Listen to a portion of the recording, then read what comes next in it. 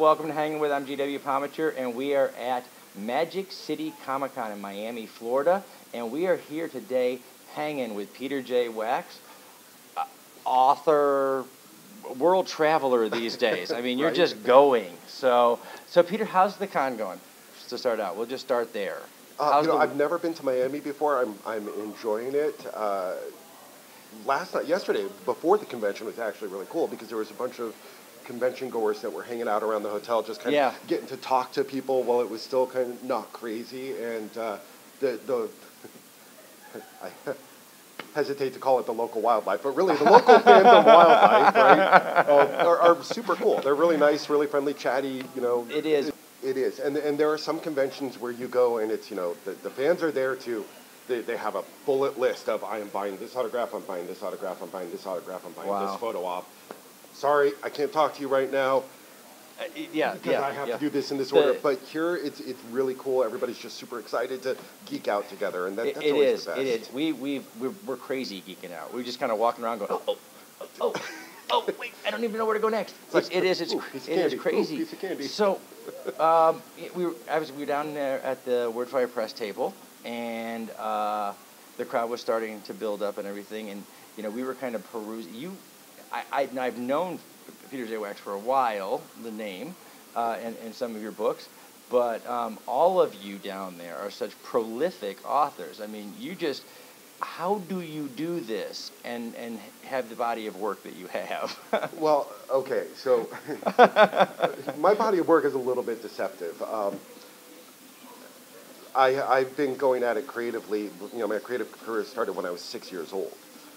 So I was in Revenge of the Nerds. There's a little boy wandering around in the carnival scene asking his parents, like, what's that act? What's that act? And it's their big expository method, yes. right? And I think that's in like the 25th anniversary edition, the one that didn't end up on the cutting room floor. But that little kid is me.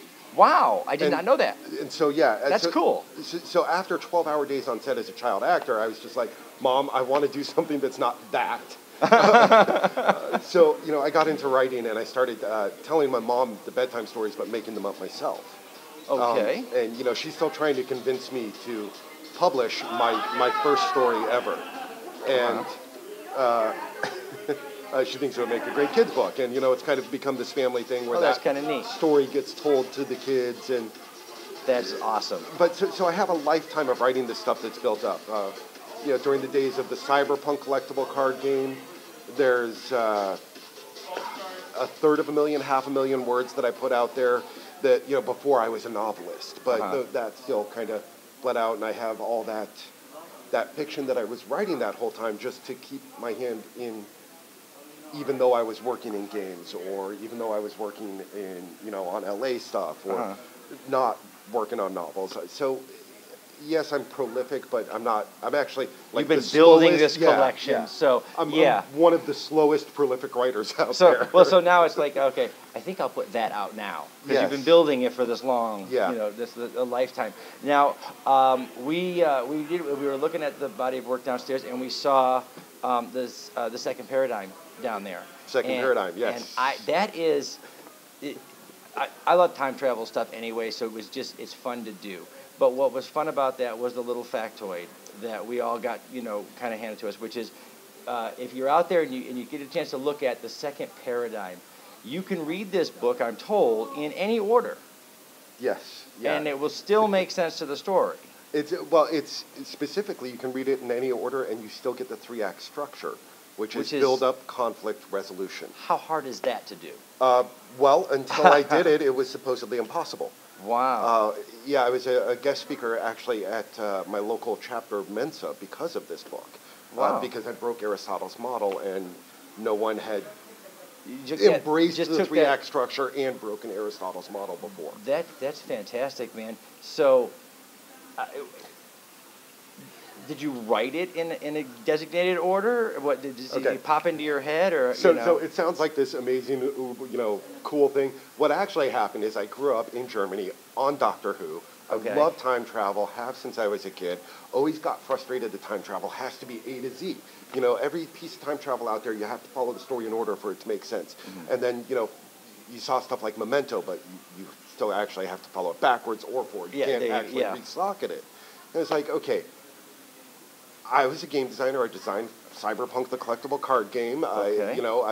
I understand how logic and logic trees work. I was like, okay, I got to figure out how to tell a story this way. I wasn't thinking about, has anyone done this, or I was just like, how can I make this happen? Uh-huh. And so 6 years of working game modeling on this plot structure, I finally had like the pieces, and I'm like, that's how it fits together. That's how it works. And I wrote it. Like 6 years of design on the plot, and then I wrote it in 6 months.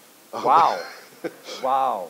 I do a lot of panels where I'm talking to authors, young writers, things like that. And one of the things that I like to remind them is that, as one of the slow guys, I only type at about 25 words a minute. I can type up to 100 words a minute, but I only move at about 25 when I'm writing.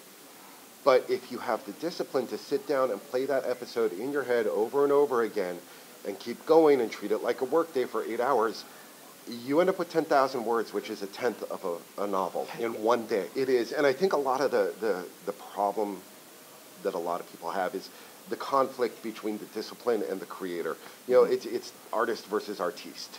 An artiste sits there and comes up with ideas and beautiful constructs, but an artist has the discipline to sit down and actually do it. Get it out there in the world. It's work. It is. It's hard work, and that is the part of being a creator that everybody kind of has to cope with. Speaking for the reader in me, we are all glad that you find that discipline.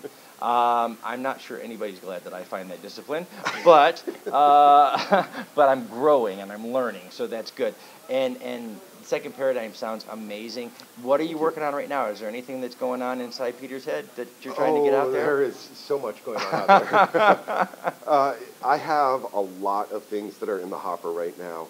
I have a comic series written with Stephen L. Sears, who is the co-executive producer and one of the writers from Xena Warrior Princess. Mm-hmm. That has to do with zombies, that's all I'm going to say. Okay. But it's a fresh take on zombies. A fresh take on zombies, which is getting hard to find, by the way, yes, every day. Yes, it's a very fresh take on zombies. Amazing. He and I also have a novel called Villainy that is in the beginning of production right now. Okay. And it's about this girl, Annie Oakley, who has no powers in a world where heroes and villains alike are sponsored by corporations, and they're all part of the franchise. And she is fighting back for the normals, for the normal people. Wow. Trying to take on both heroes and villains, because it's not about that anymore. So again, a fresh take on heroes. Very, very cool. Like I said, you have so much work out there. Anybody wants to know more about Peter, you can go like anywhere. Just Google Peter J. Wacks. But you can go to Amazon, go to Wordfire Press, and you can find a lot of information there.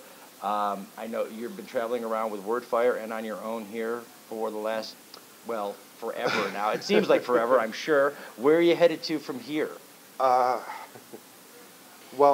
going to, I'll be in LA for the next week and a half. Awesome. Going to be doing a couple of just LA-style events out there, not signing stuff.